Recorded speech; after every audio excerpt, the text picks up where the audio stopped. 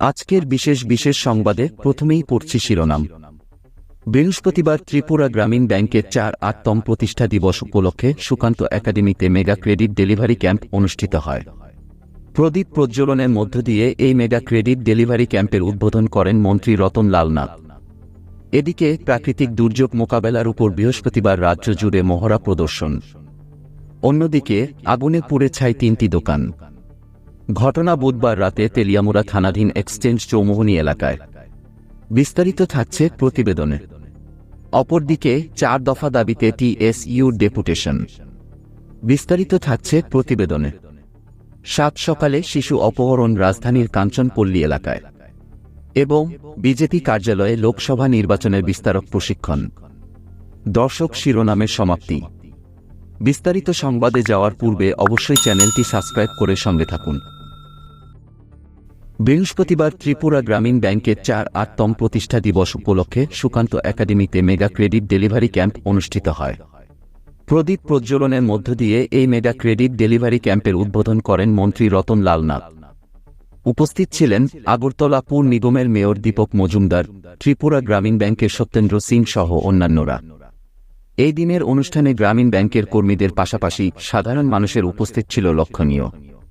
বক্তব্য রাখতে গিয়ে মন্ত্রী রতন লাল নাথ বলেন, রাজ্যের পূর্বতন সরকারের তুলনায় বর্তমানের সরকারের সময়ে মানুষের অর্থনৈতিক শ্রীবৃদ্ধি হয়েছে। রাজ্যের বর্তমান সরকারের পথ চলা শুরু হয়েছে 2018-19 অর্থবছর থেকে। 2017-18 অর্থবছরে রাজ্যের সকল ব্যাংক মিলিয়ে টাকা জমা ছিল 2,04,580 কোটি টাকা। বর্তমানে রাজ্যের সকল ব্যাংক মিলিয়ে মোট টাকা জমা রয়েছে 3,07,432 কোটি টাকা। তার থেকে বোঝা যায় রাজ্যের মানুষের অর্থনৈতিক উন্নয়ন হয়েছে। মানুষের অর্থনৈতিক উন্নয়ন হয়েছে বলেও ঋণের পরিমাণও বৃদ্ধি পাচ্ছে। সিডি রেশিওর ক্ষেত্রে উত্তর পূর্বাঞ্চলের মধ্যে ত্রিপুরার আগে রয়েছে কয়েকটি রাজ্য। তবে গর্বের বিষয়, ত্রিপুরা গ্রামীণ ব্যাংকে কর্মরত 850 জন কর্মীর মধ্যে 800 জন ত্রিপুরা রাজ্যের। তার থেকে বোঝা যায় ত্রিপুরা রাজ্যের মানুষের মধ্যে দক্ষতা রয়েছে। এদিকে প্রাকৃতিক দুর্যোগ মোকাবেলার উপর বৃহস্পতিবার রাজ্য জুড়ে মহড়া প্রদর্শন করা হয়। এই দিন সমগ্র রাজ্যের 4টি স্থানে মহড়া প্রদর্শন করা হয়। ত্রিপুরা ডিজাস্টার ম্যানেজমেন্ট অথরিটির উদ্যোগে এবং ন্যাশনাল ডিজাস্টার ম্যানেজমেন্ট অথরিটির সহায়তায় এই মহড়া প্রদর্শন করা হয়। রাজধানীর আইজিএম হাসপাতালেও এই দিন মহড়া প্রদর্শন করা হয়। প্রতি বছর একবার এই ধরনের মহড়া প্রদর্শন করা হয়। বিপর্যয় মোকাবিলার জন্য রাজ্য কতটা প্রস্তুত তা খতিয়ে দেখতে এই মহড়া প্রদর্শন করা হয়। এই দিন আইজিএম হাসপাতালে মহড়া প্রদর্শনের সময় উপস্থিত ছিলেন স্টেট ডিজাস্টার ম্যানেজমেন্টের সেক্রেটারি কে দেবনাথ। এই দিন মূলত ভূমিকম্প হওয়ার পর পরিস্থিতি কিভাবে মোকাবেলা করা হবে, কিভাবে বহুতলে আটকে পড়া লোকজনদের উদ্ধার করা হবে, সেই বিষয়ে মহড়া প্রদর্শন করা হয়। স্টেট ডিজাস্টার ম্যানেজমেন্টের সেক্রেটারি কে দেবনাথ জানান, বছরে একবার এই ধরনের মহড়া প্রদর্শন করা হয়। এই দিন সমগ্র রাজ্যের 4টি স্থানে মহড়া প্রদর্শন করা হয়। আগরতলা শহরের 5টি স্থানে মহড়া প্রদর্শন করা হয়েছে। মহড়া প্রদর্শনে বিভিন্ন দপ্তরকে যুক্ত করা হয়েছে বলেও জানান তিনি। পরবর্তী সংবাদ। আগুনে পুড়ে ছাই 3টি দোকান।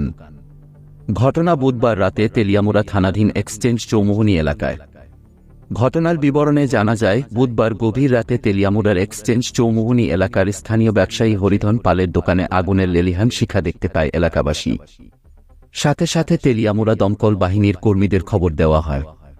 দ্রুত ঘটনাস্থলে ছুটে যায় দমকল বাহিনীর কর্মীরা। ততক্ষণে 3টি দোকান আগুনের লেলিহান শিখা গ্রাস করে নেন।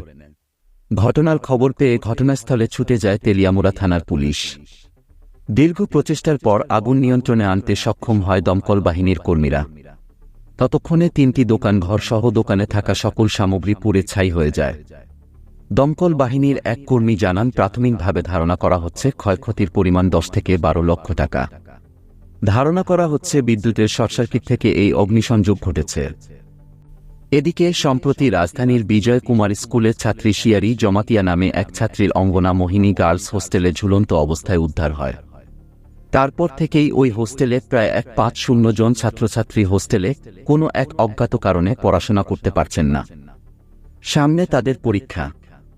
পাশাপাশি স্কুল কলেজের ছাত্রছাত্রীদের পরীক্ষা স্টাইপেন্ড সংক্রান্ত বিষয় সহ মোট 4 দফা দাবিতে টিএসইউ ছাত্র যুগ সংগঠনের পক্ষ থেকে জনজাতি কল্যাণ দপ্তরে ডেপুটেশন প্রদান করা হয় বৃহস্পতিবার।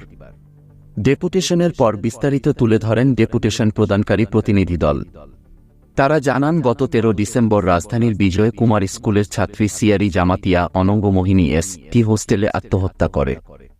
টিএসইউর অভিযোগ, এখনও আত্মহত্যার সঠিক তদন্ত হচ্ছে না, যে কারণে 1 সপ্তাহের বেশি সময় ধরে 150 জন শিক্ষার্থী তাদের ক্লাসে উপস্থিত হচ্ছে না।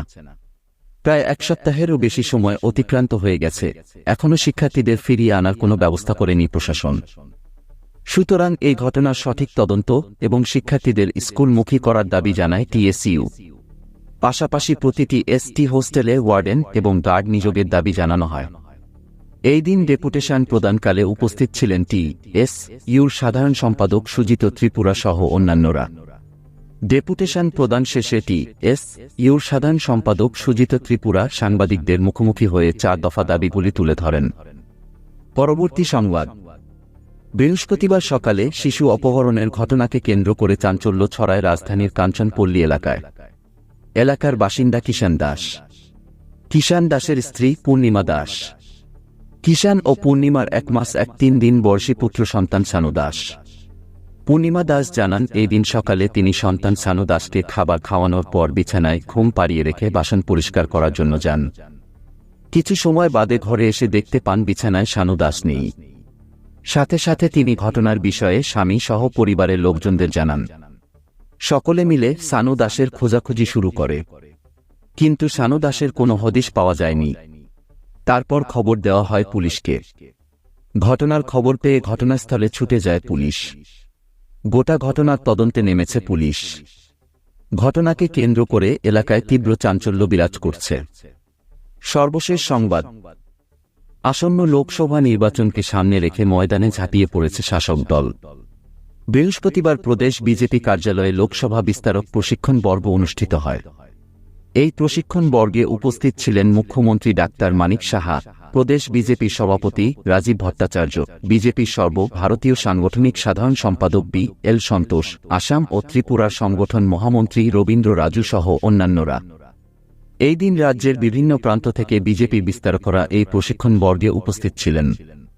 মূলত লোকসভা নির্বাচনকে সামনে রেখে বিস্তারকদের কিভাবে কাজ করতে হবে সেই বিষয়ে এই দিন প্রশিক্ষণ দেওয়া হয়। যদিও বিরোধীদের তুলনায় কয়েক কদম এগিয়ে রয়েছে শাসক দল বিজেপি। লোকসভা নির্বাচনকে পাখির চোখ করে ইতিমধ্যে ময়দানে ঝাঁপিয়ে পড়েছে শাসক দল বিজেপি। আজকের বিশেষ সংবাদের সমাপ্তি।